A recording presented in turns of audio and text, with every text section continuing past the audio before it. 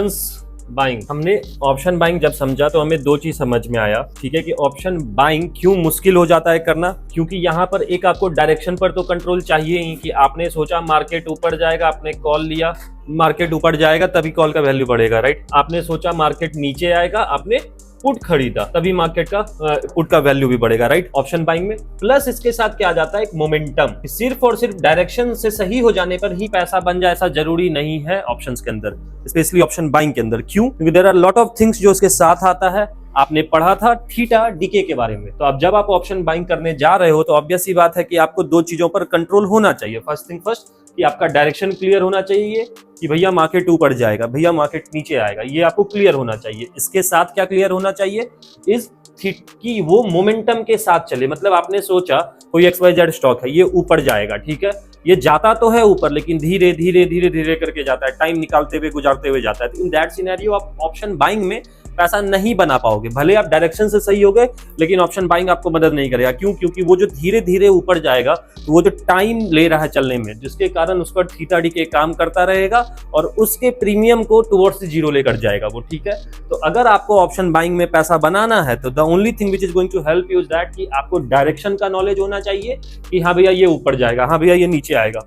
उसके साथ आपको मोमेंटम का आइडिया होना चाहिए। मोमेंटम क्या होता है कि ये अगर चलता है तो ताकत के साथ जाएगा, ये अगर नीचे जाता है तो ताकत के साथ जाएगा। Momentum is nothing but the force through which buying और selling is going in this system.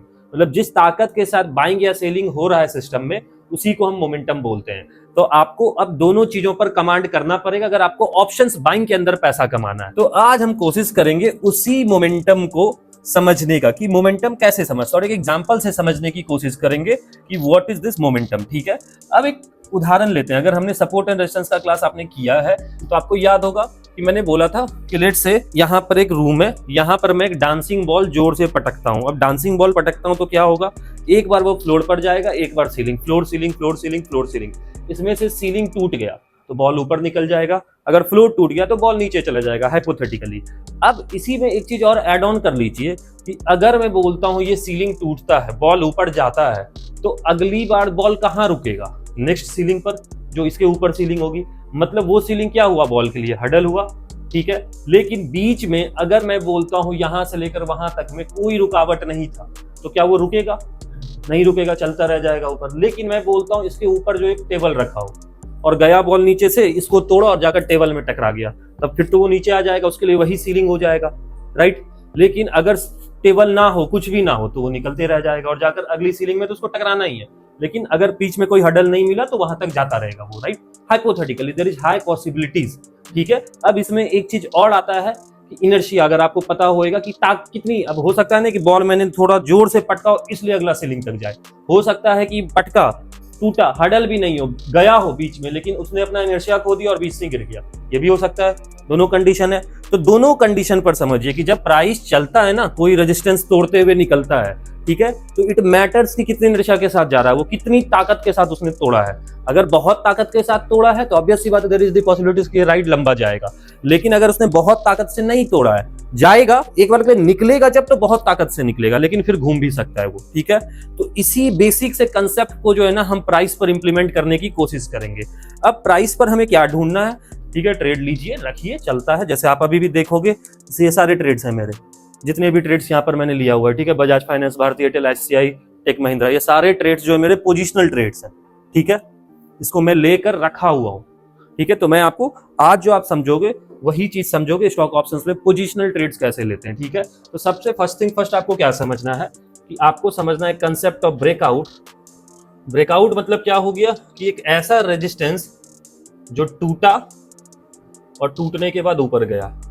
Breakout और ब्रेकडाउन मतलब क्या हो गया, सपोर्ट टूटा और प्राइस नीचे आ गया, ये हो गया ब्रेकडाउन और ये हो गया ब्रेकआउट। कॉमन टर्म में हम दोनों को ब्रेकआउट सिचुएशन भी बोलते हैं कि सपोर्ट टूट गया, रेजिस्टेंस टूट गया, ये भी बोल सकते हैं, लेकिन जनरल सी बात है। तो मेरा ट्रेड एक्शन क्या रहता है, मेरा ट्रेड प्लान क्या रहता है, मैं आपको बताता हूं। मैं सिंपली कोशिश करता हूं ऐसे स्टॉक्स को निकालने का जिसमें ब्रेकआउट हो रहा हो, और मैं देखता हूं कि जब ब्रेकआउट हो रहा हो या फिर आने वाला है तो वो जब फटे, ठीक है, जहां मेरी एंट्री होगी वहां से लेकर मेरे टारगेट तक में जो ना हर्डल्स ना हो।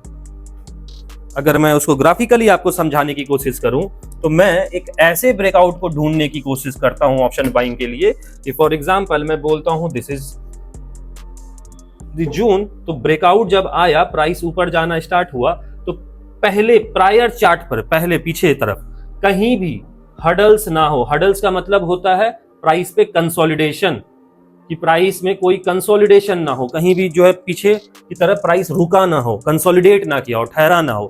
ठीक है, अगर ऐसा कोई सिचुएशन मुझे दिखता है तो मैं वैसे ब्रेकआउट्स को अवॉइड करता हूं, और अगर नहीं दिखता है तो मैं वैसे ब्रेकआउट को लेने की कोशिश करता हूं। ठीक है, अगर मैं आपको अभी एक रिसेंट एग्जांपल दिखाऊं, आई कैन शो यू।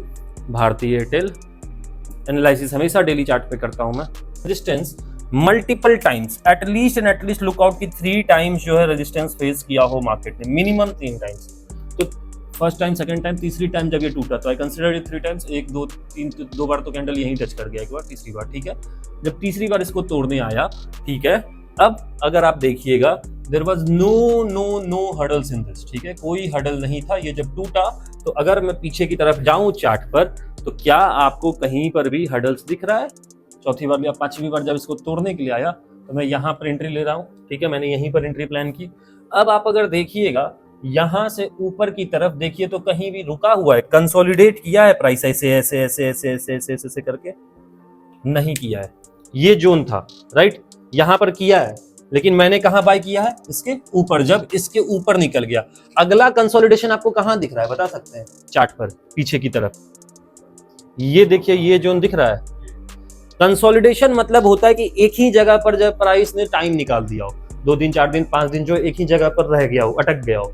ठीक है, तो आपको दिखेगा यहां से कहीं भी नहीं अटका, लेकिन जब इस जोन में पहुंचा, यहां भी नहीं अटका है कहीं, यहां भी नहीं अटका है कहीं, लेकिन जब इस जोन में पहुंचा तो यहां पर कंसोलिडेशन है। ठीक है, और आप देखोगे तो एग्जैक्टली उसी कंसोलिडेशन का लोअर पार्ट को मैंने टारगेट बना के अपना छोड़ दिया है कि भैया मैं तो लिया हुआ हूं, चलो चलो चलो 2060 तक पहुंचोगे मैं निकल जाऊंगा, मैं वेट भी नहीं करूंगा इस कंसोलिडेशन सबका। मैं बस वेट कर रहा था, ये जो कंसोलिडेशन है इसमें आएगा तो मैं एग्जिट ले लूंगा, ये जो कंसोलिडेशन है। ठीक है, यही मेरा टारगेट था 900 रुपए के आसपास का। ठीक है, लेकिन फट गया, LIC चला 1 दिन 2 दिन, मैंने यहीं पर कहीं एंट्री ली थी इस कैंडल पे। ठीक है, 1 दिन चला, 2 दिन चला, तीसरे दिन और चौथे दिन तो फट ही गया LIC। इतना बड़ा मूवमेंट मिल गया, तो ये तो खैर एक्सपेक्टेड नहीं था, मिल गया तो मैंने कैच किया। जो भी ब्रेकआउट्स मैं ढूंढता हूं, जो भी ब्रेकआउट्स, ठीक है, मैं इंश्योर आउट करता हूं कि पीछे की तरफ जहां मैं ले रहा हूं और जहां मुझे निकलना है उस जगह में डिफरेंस हो। ठीक है, मतलब मैं अगर यहीं पर ले रहा था और दिखता मुझे चार्ट में यहीं पर कंसोलिडेशन है, तब लेने का कोई फायदा था क्या? नहीं, कंसोलिडेशन ऊपर था, तब ना मुझे उम्मीद था कि यहां से यहां तक एटलीस्ट वन साइडेड ताकत के साथ ऑप्शन बाइंग कर रहे हैं, तो मेरा एजेंडा क्या है कि ले और चलना स्टार्ट हो। ठीक है, और ताकत के साथ चले। अगर वहां गया फिर नाचने लगा, अब ऐसा 2-4 दिन अगर यहीं पर कर जाता तो मेरा तो प्रीमियम ही खत्म हो जाता। ठीक है, तो इसलिए मैं इंश्योर आउट करता हूं कि जहां मैं ले रहा हूं और जितनी दूर मुझे कंसोलिडेशन उसमें जगह हो, तो यहाँ पर CDSL में इतना जगह था और यहाँ से यहाँ तक चलने का मौका था, तो फॉर दैट रीजन मैंने लिया था। तो बहुत सारा, मैं आपको बस सिंपल सा गणित ये बता रहा हूं कि आपको जो ब्रेकआउट ढूंढना है वो ऐसा ब्रेकआउट ढूंढना है जो ब्रेकआउट क्लीन हो, किसी भी तरीके से, not a single double candle should consolidate. मतलब आप अगर प्राइस इधर ब्रेकआउट ढूंढ रहे हो, यहां से चले, तो पीछे चार्ट पर कहीं भी कंसोलिडेशन नहीं होना चाहिए। मतलब पीछे चार्ट पर क्लीन है, कोई दिक्कत नहीं है, या तो साफ हो, लाइफ टाइम हाई पर ले रहे हैं, बहुत अच्छी बात है, नहीं भी ले रहे हैं लाइफ टाइम हाई, नीचे का ब्रेकआउट आप ढूंढ रहे हो, कोई दिक्कत नहीं है। प्राइस ऐसा ना हो पहले कि आप यहां पर ब्रेकआउट मार रहे हो और पीछे जो है चार्ट पे ऐसा हुआ है, तब दिक्कत है उस जगह पर। ठीक है, आपको ढूंढना कैसा है? क्लीन। जैसे ये सेक्शन, ये क्लीन हुआ, तो ये देखिए ये सेक्शन क्या है, यहाँ पर कंसोलिडेशन ही है ना, ऐसा क्लीन। तो आपको इसी तरीके का क्लीन पैसेज ढूंढना है कि जब आप इस साइड ट्रेड कर रहे हैं तो उस जगह पर कहीं भी मार्केट में जो है कंसोलिडेशन ना हुआ हो, वो क्लीन से वहां से चला है। ठीक है, क्योंकि बोला जाता है प्राइस हमेशा अपने पिछले पैटर्न्स को फॉलो करता है, तो अगर कहीं कंसोलिडेशन है, क्यों हम बोलते हैं कि यहाँ पर रेजिस्टेंस था तो फिर यहाँ रेजिस्टेंस लिया, फिर यहीं आकर क्यों लेता है? दिस इज द रीजन कि अगर प्राइस कहीं पीछे कंसोलिडेट किया है तो वो अगर उस जोन में पहुंचता है तो फिर से कंसोलिडेट करता है, हाई पॉसिबिलिटीज की फिर से वो कंसोलिडेट करे। लेकिन अगर प्राइस किसी जोन पर ताकत से ऊपर गया है, ठीक है, ताकत से ऊपर गया है, ठीक है, तो कोशिश करता है, जैसे आप दिखाता हूं मैं, देखिए एक छोटा सा सेक्शन लीजिए, ऊपर गया था, ये सपोर्ट था, तोड़ा, देखिए ताकत के साथ नीचे आया है, रुका क्या? कंसोलिडेट किया क्या? जैसे उधर ऊपर गया था वैसे ऊपर नीचे आया ना। This is what I am trying to say. फिर देखिए इस सेक्शन में आया, देखिए यही चीज मैं समझाने की कोशिश कर रहा हूं। Try to follow out that thing, ठीक है, कि जैसे चार्ट पर इस साइड हुआ है वैसा ही उधर होएगा। तो आपको बैठकर मैनुअली पूरा का पूरा वो 220 स्टॉक 240 स्टॉक स्कैन करना पड़ेगा। एफएनओ के पूरे स्टॉक्स आपको फ्यूचर एंड ऑप्शंस में जो स्टॉक्स में 230 240 स्टॉक्स हैं, 230 240 स्टॉक्स आपको स्कैन करना पड़ेगा। गूगल पे जाइएगा, लिखिएगा, ठीक है। आज अभी ये कंप्लीट होने के बाद आप लोग ऐड कर लीजिएगा, सब मैनुअली आपको ऐड करना पड़ेगा पूरा, मैं बता दूंगा कैसे करना है, ठीक है। तो आपको जैसे आप देखोगे यहाँ पर फ्यूचर एंड ऑप्शंस, ये पूरे कंपनी जो है ये एफएनओ के अंदर लिस्टेड है, ठीक है। मैं इन्हीं को देखता रहता हूँ, इसमें किसी में ब्रेकआउट समझ में आया, कुछ हुआ नहीं हुआ, ठीक है, I try to trade that thing. अगर अभी आपको मैं दिखाऊं, एक दिन टीवीएस मोटर में बोल रहा था, याद है, चलिए देखते हैं। देखिए देखिए सामने में बना हुआ है, कोई इसमें कुछ नहीं, ये लिया नहीं मैंने ट्रेड क्योंकि बहुत ऑलरेडी उठा हुआ था। रेजिस्टेंस रेजिस्टेंस रेजिस्टेंस रेजिस्टेंस तोड़ा, रेजिस्टेंस को, ठीक है, बस तोड़ा, मुझे फॉलोअप चाहिए था, तोड़ा। अब आप मुझे बोलिएगा कि सर ये कंसोलिडेशन है क्या? जहां मैं लूंगा एंट्री, क्या वो कंसोलिडेशन है? नहीं है, ओवरलैप अपना गया। कंसोलिडेशन मतलब था जब एक ही जगह पर 2 4 5 कैंडल जब ऊपर नीचे कर जाते हैं जी, कि एक ही जगह के उसी के अंदर में जो है ना एक कैंडल बना, उसी के अंदर में ऊपर नीचे कर रहे हैं, ठीक है, उसको consolidation, this is consolidation, this is consolidation, this is consolidation. छोटा छोटा कंसोलिडेशन पकड़िएगा, दिस इज कंसोलिडेशन, दिख रहा है। तो ये पूरा एक कंसोलिडेशन फेज था, मुझे दिमाग नहीं लगाना था। जब तोड़ा, आज अभी जस्ट थोड़ी देर पहले एंट्री आई है, ब्रेकआउट मिला, ठीक है, और मैं क्या रेजिस्टेंस लेवल देखिए कैसे आराम से मैं ड्रॉ कर दिया। मुझे क्या चाहिए था? रेजिस्टेंस लेवल, मैंने ये मार्कआउट करके रखा था, कुछ नहीं, ज्यादा दिमाग नहीं लगाना है। लाइन फाइन, प्रॉपर रेजिस्टेंस, ये तोड़ा, आज इसका हाई टूटा, फॉलो अप बाइंग हुई, अभी थोड़ी देर पहले ही बस इसमें एंट्री आई है, ठीक है, ये चला, and now I am expecting कि ये ऊपर तक जाएगा, ठीक है। अब इसको ये हुआ कि किस तरीके से चार्ट्स ढूंढते हैं, एनालिसिस कैसे करते हैं, क्लियर हुआ, ठीक है। अब रेजिस्टेंस यही हुआ कि आप कहां ऊपर रखे, नीचे रखे, कहां रखे, सिंपल सा बात है। जो हाईएस्ट पॉइंट आपको दिखे ऑन एन एवरेज, इस पूरे चार्ट में ऑन एन एवरेज किस जगह से प्राइस जो रिफ्लेक्ट किया है, तो आप देखिएगा तो ये पूरा जोन है। और हमेशा बोलते हैं अपने हिसाब से जोन बनाइए, प्राइस क्या 1% के आसपास का जोन हो सकता है, 0.5 से लेकर 1% के आसपास का आप जोन मार्क कर सकते हो, ठीक है। 2800 का स्टॉक है तो तकरीबन मतलब आप आराम से कुछ नहीं तो 14-15 पॉइंट का जोन बनाइए। आप ये देखिए नीचे इसका कितना हो गया 2800 और ऊपर कितना है 40 पॉइंट का, कोई दिक्कत नहीं है, आराम से। तो हम बोल ही रहे हैं आपको कि मतलब 1%, ये तो मैंने ज्यादा बना दिया, आप इसको थोड़ा कम कर लीजिए, कोई इशू नहीं है। ये प्रैक्टिस है बॉस, फर्स्ट डे से नहीं आएगा, प्रैक्टिस है, प्रैक्टिस के साथ you will get this thing कि हाँ ये रेजिस्टेंस मार्क किए हैं, इसके ऊपर निकले। और डेली चार्ट पे ले रहे हैं तो आपको तुरंत तो घुसने का हड़बड़ी भी नहीं करना, आराम से टूटने दीजिए रेजिस्टेंस। आप ये सर सुनते ना, भारतीय एयरटेल निकल गया, हम कहाँ लेंगे, लिए ना ऊपर में आपके सामने में लिए हैं भारतीय एयरटेल, ठीक है, तो टूटने दीजिए। अभी इसमें एकदम फ्रेश एंट्री आया है, एकदम फ्रेश, एक प्रॉपर ट्रेड बन सकता है।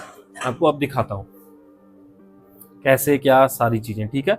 तो ये हुआ व्यू पार्ट कि कैसे आपको व्यू निकालना है, कैसे देखना है, क्या करना है, नहीं करना है, एवरीथिंग, ठीक है, कि कैसे आप एनालिसिस करोगे। अब बोलोगे सर ये कैसे मिलेगा, तो सिंपली बैठिए भैया, स्कैन करिए, मैं तो हर दिन करता हूं, आप देखते ही हो, तो 200 कंपनी आप देखने की आदत डालिए कि हर दिन स्कैन करिए, देखिए किसमें ब्रेकआउट है, क्या है, नहीं है। क्योंकि अभी क्या होगा, आप आलतू फालतू ब्रेकआउट्स भी उठाओगे, धीरे धीरे प्रैक्टिस के साथ क्या होगा, आपके ब्रेकआउट्स क्लीन हो जाएंगे। यहाँ ये अच्छा ब्रेकआउट है, ये बेकार ब्रेकआउट है, ऐसे करके आप क्लीन ब्रेकआउट्स ढूंढने लगोगे once you start doing that thing. उसके बाद आता है एग्जीक्यूशन। ये जो आपने अभी पढ़ा, this was the view part, ठीक है। Now it's about the execution part.